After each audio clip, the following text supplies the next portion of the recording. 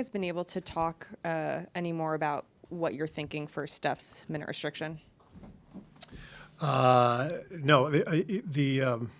he's probable. We're listing him as probable. Everything's gone really well, so we expect him to play. We'll see how he's feeling tomorrow, but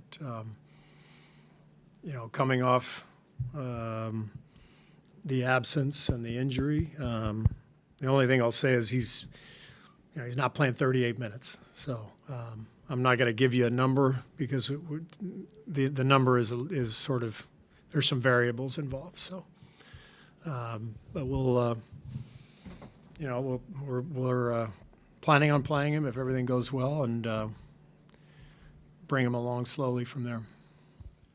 Coach, what has to happen between now and whether he does or does not play tomorrow, and then moving forward? Are there different barriers or milestones that he has to hit?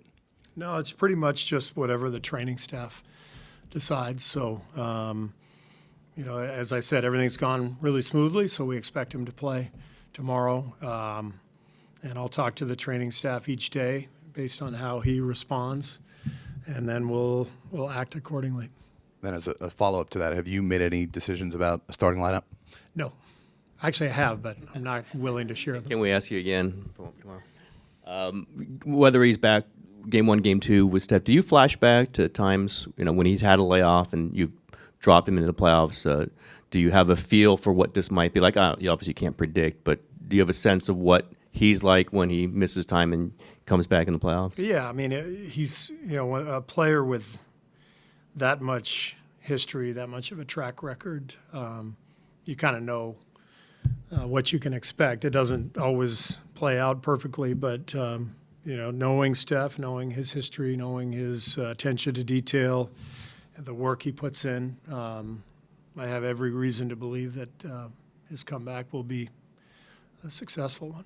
And I don't know how much time Steph, Jordan, and Draymond all had together. They had some time this season. And I know you're running Steph stuff with Jordan. Can you run the same stuff with both those guys on the court, where they're both doing the dribble handoffs and all that kind of stuff? Yeah, no doubt. I mean, most of the stuff we do is conceptual anyway. We don't call a ton of plays. We're kind of playing out of concepts. And Draymond is often the fulcrum offensively, in high pick and roll or dribble handoffs. And Jordan has really had a great apprenticeship learning from Steph and being a threat both on and off the ball. And so they're both very comfortable playing that style.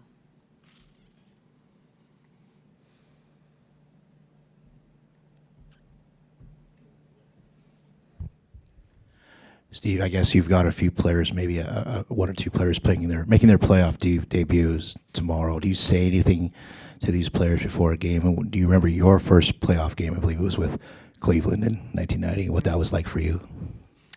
Yeah, I think. For sure, I've had conversations with guys this week, with individuals and collectively as a team. What to expect, what we're focused on, all that stuff. What my recollection was of that first playoff game was just how fast it was, and there's kind of different levels of NBA games. There's preseason, there's opening night, where it ramps up, then it settles back down to a more constant theme over the course of the year. You have a couple late season games that are pickup games because the other team has either cashed in or not. They're not playing anybody.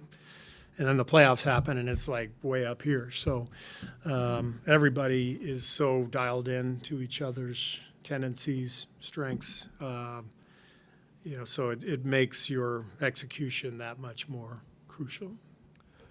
Steve Andre the other day said he thought it was especially wide open in the playoffs in the race for the title. I think he said maybe 7 teams have a chance. Do you agree, and sort of how does that change the vibe? I know you talked the other day about it's different for you guys not having that expectation of making the finals, but league-wide, how does it change the vibe when it seems like so many teams have a chance? Yeah, that's my old job, so I don't have to do that anymore. I have a lot of respect for teams out there Phoenix has dominated the entire regular season. It's almost disrespectful to say it's wide open when Phoenix has dominated the league the way they have. There's great teams in both conferences. I'm locked in on trying to beat Denver in Game 1. That's it. The other stuff is not really on my mind at all. Coach, you had said earlier this season at one point that you had felt Jokic was the MVP of the league. Is there anything that you've noticed in all the film watching from him this year that's brought his game to a different level, that's made him even more difficult to guard? Not really. I mean, he won the MVP last year, so he's just one of the very best players in the league and one of the very best centers to ever play the game. It's incredible watching his skill set, his awareness, his feel. He's like an old school center. They play off the low block a lot more than most teams. But he's brilliant to watch, just the way he dissects defenses. Steve, you said the other day that Draymond you felt had turned a corner. I'm curious how he's looked in practice this week, and maybe how his demeanor, which is such a part of this team, maybe changes when it's playoff time.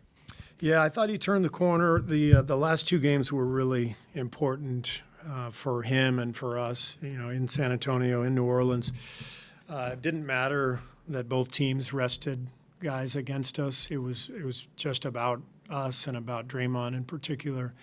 He played with great energy, great force. Looked to me like his conditioning turned a corner. You could tell on the speed with which he ran the floor and moved defensively. So love where he is physically right now. And 5 days is too long between games for Draymond. It just is. He's so antsy to get out there. And it's one of the unique things about playoff basketball is suddenly you have time to prepare. Unlike the regular season where you're just going, quick scouting session and a quick game plan. Now you got, especially before a series starts, 4 or 5 days before this one. Sometimes we've had 9 days in between series in the past. And, a guy like Draymond, who's such a competitor, just wants to tip it off. He just wants to play. And so I think he's going a little stir crazy. It'll be good to get started. That's only heightened by the matchup with Jokic and knowing that he's going to have to be a really key part in any hope of slowing him down, and he just seems to get up for those types. He does, yeah. I mean, no matter who you play, every team in the playoffs, there's a head of the snake that you have to deal with, and it's different every series depending on personnel. But with Denver, it's clearly Jokic, and Draymond obviously is one of the best defenders in the league, one of the best defenders ever, and that's he'll spend some time on Jokic for sure, and Loon will as well, and we'll see how it all goes. But I know Draymond is excited for the challenge. You and I talked briefly yesterday just about Klay Thompson, and this is probably a little bit more of a bigger picture question. But just given everything that he's gone through, this team has gone through over the last, 2+ years, to make it back to the playoffs, what do you imagine tomorrow that moment is going to be like for him and then also for everyone else? Well, Klay has traditionally been at his best in the postseason. He loves the competition. He loves having to reach that next level performance-wise. So great thing with Klay is I think over the last 2 or 3 weeks, he's really settled in and has taken better shots and been more patient. I'm sure the numbers would show that. I haven't looked at them, but